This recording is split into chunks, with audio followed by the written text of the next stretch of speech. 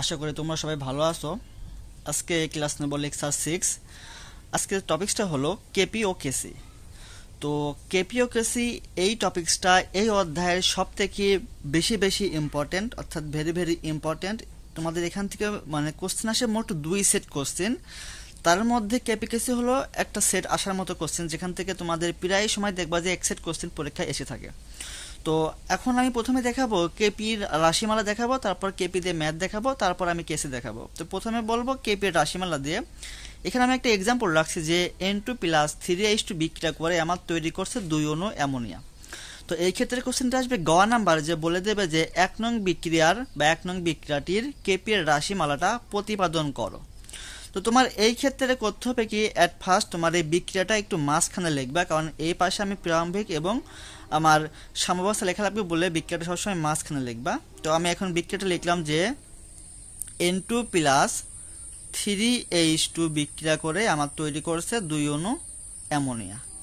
তো তোমরা এরপরে এখানে লিখতে পারো যে ধরি দিয়ে কিছু কথা লিখতে পারো, না লিখলেও কোনো সমস্যা নাই। এখানে লিখতে পারো যে ধরি তোমার কি ভি লিটার আয়তনের একটা পাত্রের মধ্যে, অর্থাৎ কি বললাম, ধরি ভি লিটার আয়তনের একটি পাত্রের মধ্যে তোমার যদি পি চাপ দেওয়া হয়, তোমার পি চাপে কি হয় 1 মোল N2 এবং 3 মোল H2 বিক্রিয়া করে এখানে দেখো কি তৈরি করছে, 2 মোল অ্যামোনিয়া উৎপাদন করছে, তাই না?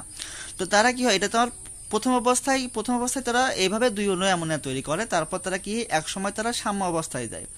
তখন কি হয়, সাম্য অবস্থায় যখন যায় তখন কি হয়, তখন তোমার আলফা মোল নাইট্রোজেন এবং আলফা মোল H2 বিক্রিয়া করে তোমার তখন অ্যামোনিয়া তৈরি করে। তাহলে প্রথমে বলছে যে তোমার 1 মোল N2 এবং 3 মোল H2 বিক্রিয়া করে 2 মোল অ্যামোনিয়া তৈরি করছে। তারপরে আমার সাম্যাবস্থায় যখন যাবে তখন তোমার আলফাটাকে নিয়ে আসতে হবে। অর্থাৎ আমি এখন দেখো লিখলে বুঝতে পারবা। তাহলে এই তোমার এই ক্ষেত্রে ধরিটা তোমার না লিখলেও কোনো সমস্যা নাই। তাহলে এই ক্ষেত্রে প্রথমে তোমরা লিখবা যে প্রাথমিক অবস্থা, প্রারম্ভিক অবস্থা দিয়ে এইখানে 2টা ফুটা দিবা। মনে রাখবা যে এইটা লেখা যেন এর মধ্যে যেন না চলে যায়, মানে এইটুকু যেন সবসময় যেন ফাঁকা থাকে, কারণ এর নিচ দিয়ে আমার মান লেখা লাগবে এই জন্য। তো এখন দেখো এই অবস্থা আমি কি বলছি, প্রথম দেখো তো এখানে N2 সহগ আমার কত আছে, এখানে কোনো মোল সংখ্যা আছে কত, 1 মোল। তো এখানে যত মোল সংখ্যা থাকবে তোমরা এখানে সেই মোলটাকে বসাই দিবা। অর্থাৎ তোমার প্রাথমিক অবস্থায় সবসময় কি হয়, তাদের মোল সংখ্যাটা হয়, কিন্তু এই ক্ষেত্রে শুধুমাত্র বিক্রিয়কের মোল সংখ্যা হয়, উৎপাদনের মোল সংখ্যা অল টাইম 0 হয়। অর্থাৎ দেখো তাহলে এই অবস্থায় বিক্রিয়াকে আমার কি N2 সামনে আছে 1 মোল, তাই এখানে 1 বসাইছি, আর H2 সামনে আছে আমার 3, তাই এখানে 3 বসাইছি। আর এখন দেখো আমি কি বললাম, প্রাথমিক অবস্থায় বিক্রিয়কে সবসময় মোল সংখ্যা হয় আর উৎপাদটা সবসময় 0 হয়। তাহলে আমি বললাম কি, নোট করে রাখো যে প্রাথমিক অবস্থায় উৎপাদ সবসময় কত হয়, 0 হয়। আর বিক্রিয়কটা কি হয়, বিক্রিয়কে সবসময় হয় তাদের মোল সংখ্যাটা হয়। তাহলে এই জন্য আমি এখানে 1 3 আর এক জায়গায় 0 বসাইছি। এবার করবো কি, আমার সাম্য অবস্থা দেখতে হবে যে আমার সাম্য অবস্থায় কি ঘটে থাকে। তাহলে সাম্য অবস্থা যখন হয় তখন আগেই বলছি কি এখানে একটা আলফা নিয়ে আসতে হয়। তাহলে এখন তো এখানে আলফাটা আবার নিয়ে আসবে, কয় মোল আলফা থাকবে। তো এই ক্ষেত্রে মনে রাখবা যে সাম্য অবস্থা যখন লিখতে হয় তখন মনে রাখবা যে সবসময় তার বিক্রিয়ক থেকে 1 মাইনাস আলফা অংশ ভেঙে যায় বা বিয়োজিত হয়। তো মনে রাখবা যে সাম্যাবস্থায় সব সময় বিক্রিয়ক থেকে 1 মাইনাস আলফা অংশ ভেঙে যায় বা বিয়োজিত হয়, এটা তোমার রুলস। তাহলে এখন ভেঙে যাওয়ার পর যদি কোনো তোমার সহগ থাকে, সেই সহগটা কি হয়, এদের ব্র্যাকেটের সামনেটা বসায় দিতে হয়। তো এখন এই ক্ষেত্রে আমার দেখো 1 আছে, তাই এই ক্ষেত্রে 1টা আমি লিখলাম না। দেখো H2 সামনে কিন্তু আমার কি 3 মোল, তো আমি এখানে বলছি কি 1 মাইনাস আলফা অংশ আমার সবসময় ভেঙে যায়, তো বসায় রাখলাম, এটা কনস্ট্যান্ট বা কমন। এখন দেখো সামনে কত আছে 3, তাই এই ক্ষেত্রে আমার 3 মোল বসাই দিলাম। কথাটা আমি আরেকবার বলতেছি যে সাম্যাবস্থায় বিক্রিয়ক থেকে 1 মাইনাস আলফা অংশ ভেঙে যায় এবং যা সহগ থাকে সেটা তার সামনে বসাইতে হয়। আর উৎপাদ থেকে সবসময় মনে রাখবা যে আলফা অংশ ভেঙে যায়, অর্থাৎ কি শুধু আলফা অংশ, আর এখানে যা সহগ থাকে সেটা তার সামনে বসে দিতে হয়, অর্থাৎ এখানে 2 আলফা পাইলাম। তাহলে তোমরা এরকম ফরম্যাটে করবা। তো আমি কথাটা ফের রিপিট করছি যে সাম্য অবস্থায় যখন দিবা তখন তোমরা সবসময় 1 মাইনাস আলফা অংশটা আগে থেকে বসায় রাখবা, আর যে সহগটা সেটা তার সামনে বসায় রাখবা। আর উৎপাদ থেকে শুধু আলফা অংশ যা সহগ থাকবে সেটা বসায় দেবা। যেখানে থাকতো 5, তাহলে এখানে বসাতাম কত, 5 আলফা। মানে এখানে যদি থাকতো তোমার 5, তাহলে এখানে তুমি একটা 5 গুণ করে রাখতে পারতা, এরকম ফরম্যাটে।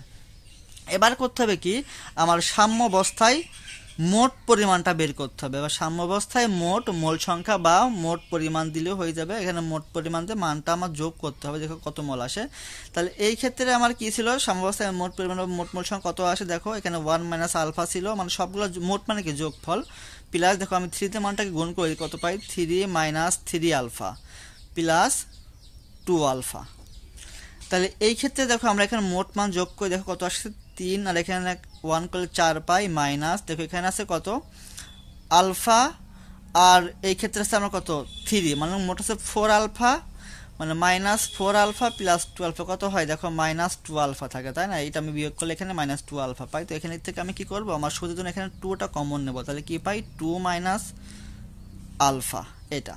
তাহলে এটা আমার কিন্তু মোট পরিমাণটা বের হয়ে গেল। এখন মোট পরিমাণটা বের হওয়ার পর তোমার যে বিক্রিয়াটা ছিল, এই বিক্রিয়া থেকে এই প্রত্যেকটার মানে ইন্ডিভিজুয়াল ভাবে তোমার সবগুলোর আংশিক চাপ বের করতে হবে। অর্থাৎ কি আমার N2 এর আংশিক চাপ বের করব, H2 এবং অ্যামোনিয়া সবগুলোর কি মানে ইন্ডিভিজুয়াল ভাবে আংশিক চাপ বের করব। তো আমি প্রথমে লিখতে পারি যে আমি উৎপাদ থেকে শুরু করে লিখতে পারি যে NH3, লিখতে পারি যে NH3 এর আংশিক চাপ, আংশিক চাপ। তাহলে এখানে কিভাবে লিখতে পারি, তোমরা এখানে প্রথমে বড় হাতের পি দেবা, নিচে লিখবা যে NH3, এটা মানে কি এমন একটা আংশিক চাপ পিন করে সমান। তো তোমরা জানতে হবে যে আংশিক চাপ সমান সূত্রটা কি, মনে রাখবা যে আংশিক চাপ সমান সূত্রটা মোল ভগ্নাংশ গুণ মোট চাপ, মোল ভগ্নাংশ ইনটু মোট চাপ, এটা হচ্ছে তার সূত্র। তাহলে এখন দেখো তো মোল ভগ্নাংশ জিনিসটা আবার জানা লাগবে কি, মোল ভগ্নাংশ মনে রাখবা যে নিজের মোল সংখ্যা বা যেটা চাবে সেটার মোল সংখ্যা, নিজের আমি সহজ কথায় বলতে পারি যে নিজের মোল সংখ্যা বাই মোট মোল সংখ্যা, মোট মোল সংখ্যা ইনটু মোট চাপটাকে পি ধরা হয়। তাহলে এখন দেখো তো অ্যামোনিয়ার নিজের মোল সংখ্যা আমরা কত পাইছিলাম সাম্যাবস্থায় 2 আলফা, তাই না? 2 আলফা, তাহলে এখানে বসাই দিলাম 2 আলফা। এখন দেখো তো মোট কত পাইছি, মানে সবগুলোর মোট মান কত পাইছি 2 ইনটু 2 মাইনাস আলফা ইনটু পিটা বসে গেল। তাই এখানে এটা জাস্ট এভাবে রেখে দিও। এখন দেখো আমি কি করতে পারি, এটা কিন্তু 2, তো এখন সেম ফরম্যাটে আমি বিক্রয়ক থেকে N2 এর আংশিক চাপ বের করতে পারি, লিখতে পারি যে N2 এর আংশিক চাপ same format P of N2। তাহলে সূত্রটা একই, নিজের মূল সংখ্যা দেখো তো কত আছে আমার সাম্যাবস্থায়, N2 এর জন্য আমার মান ছিল 1 মাইনাস আলফা, লিখতে পারি এখানে 1 মাইনাস আলফা বাই মোট কত ছিল 2 into 2 minus alpha into P, একই ফরম্যাটে।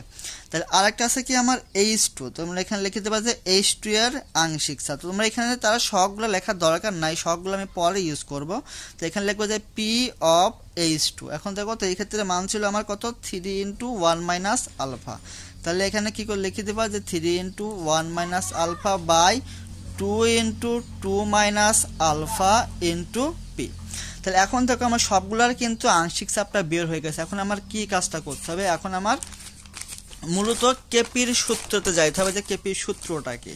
তাহলে এখন আমরা আগেই জানি কেপির সূত্রটা, কেপি ইকুয়াল টু সূত্রটা আমি গত লেকচারে বলেছিলাম, আমি এখানে বিক্রিয়াটা লিখে নিয়েছি, যেহেতু আমার অপর পৃষ্ঠায় রয়েছে তাই বারবার যেন উল্টানো না লাগে, তাই বিক্রিয়াটা এখানে লিখে নিই 2 2 অ্যামোনিয়া।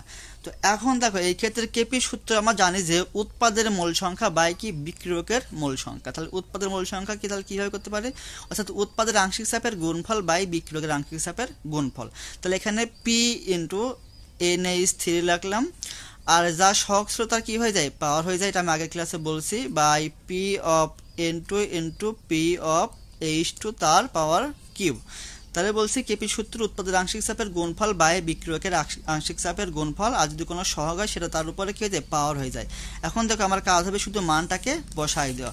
দেখো তাহলে অ্যামোনিয়ার ক্ষেত্রে আমার মানটা ছিল কত, এই ক্ষেত্রে 2 আলফা বাই, এই ক্ষেত্রে বসাতে পারি কত 2 alpha by 2 into 2 minus alpha. এখন দেখো এই ক্ষেত্রে ইনটু P, আর আমার এই ক্ষেত্রে একটা স্কয়ার ছিল, এটা বসাই দিলাম ডিভাইডেড।